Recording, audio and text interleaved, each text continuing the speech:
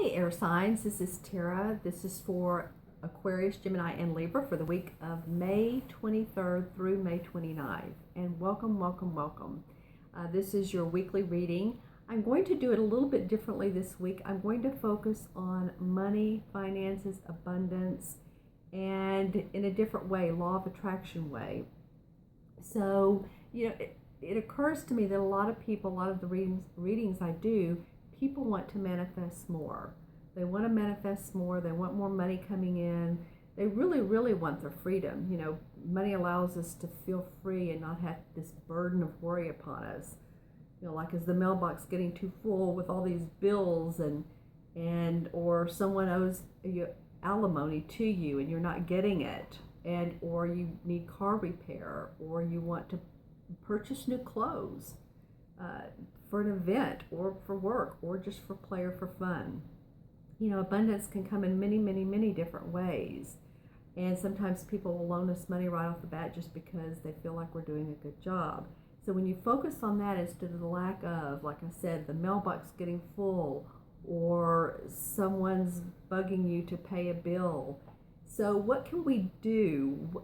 And this is the card, one of the cards I'm going to draw is an affirmation for you guys for the week of what you can focus on that will bring you more of the abundance that we all want.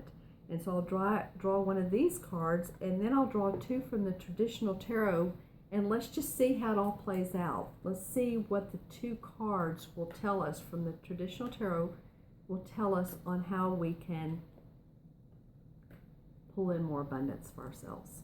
Okay, so this is for Aquarius, Libra, and Gemini.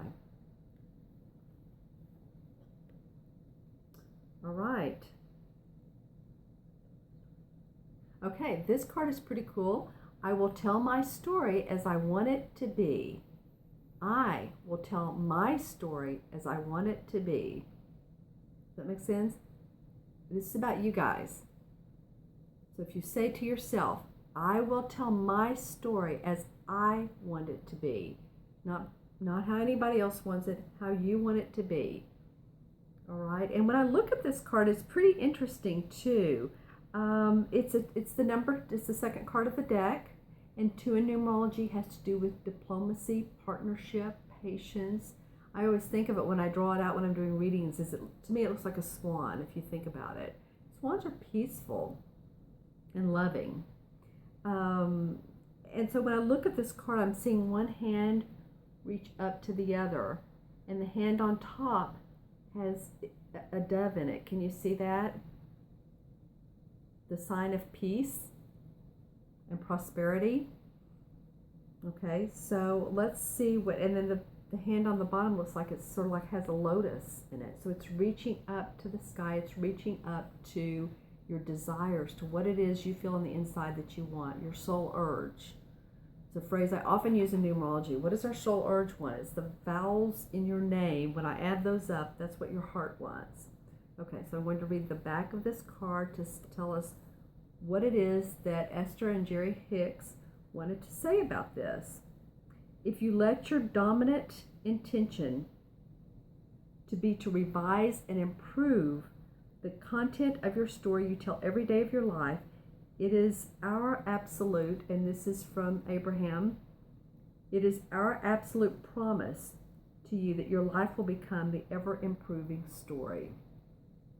For by the powerful law of attraction, the essence of that which is like unto itself is drawn. It must be.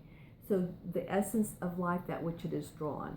So it's saying the positive. Stay on the positive path. What is it that excites you? What is it that you love? What makes you sing in the morning? What makes you want to get out of bed? You tell your own story, okay?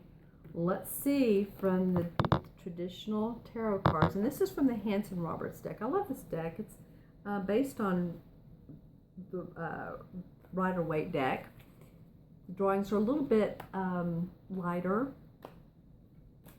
And so let's see the 2 cards for the air signs for Gemini, Aquarius, and Libra. So if you tell the story the way you want it to be, what will be the result? Okay, well, the first card, interesting. All right, the three, I've turned over actually both of them because when it starts off with a card I'm not sure about, I can see the result. This is the Three of Swords. So the Three of Swords is the ending of something that you've been thinking about, whether it's a relationship or it's something that you don't need any longer. It's something that's been tugging at your heart. So when you let go of what's been tugging at your heart and open your heart to new circumstances, new ideas, because the swords are about our ideas, our thoughts, and tell that story the way you want it to be, so things become more powerful for you. The story becomes more powerful. Tell that story, write that story down. So let go of what doesn't serve your heart. Let go of what doesn't make your heart sing in the morning. I talked about getting out of bed, but what makes your heart sing? Open that up. We want to let go of those swords, those Three of Swords, open up to new beginnings. And this is what I love that came up next is the Fool card. And the Fool is about the new journey. This is about, sometimes, we're a little bit naive with the Fool card because we don't know how it's going to turn out exactly, but we're ready to go. We're ready for this new circumstance to begin, this new experiences in life.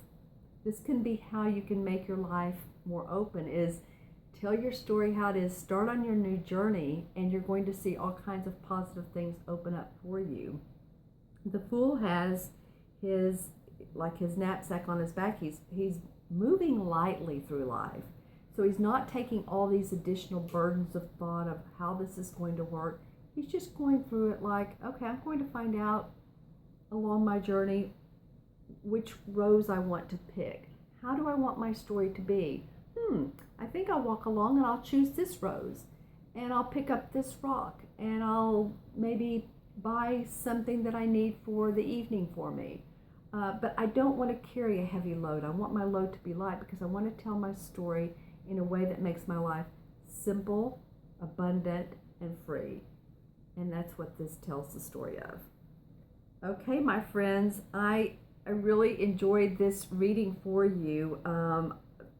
Tell your story how you want it to be for this week. Write it down, either on paper or computer. I like to write it down. It doesn't have to be long. It can be 2 or 3 sentences, or write down what it is you want it to look like. And focus on that, and focus on the journey and the fun of it. Fun is a big word for me. I always like to put fun in everything. I think it makes a difference. Okay, my friends, you'll have an awesome week. Thank you so much for writing in and giving me suggestions on what you all want to see.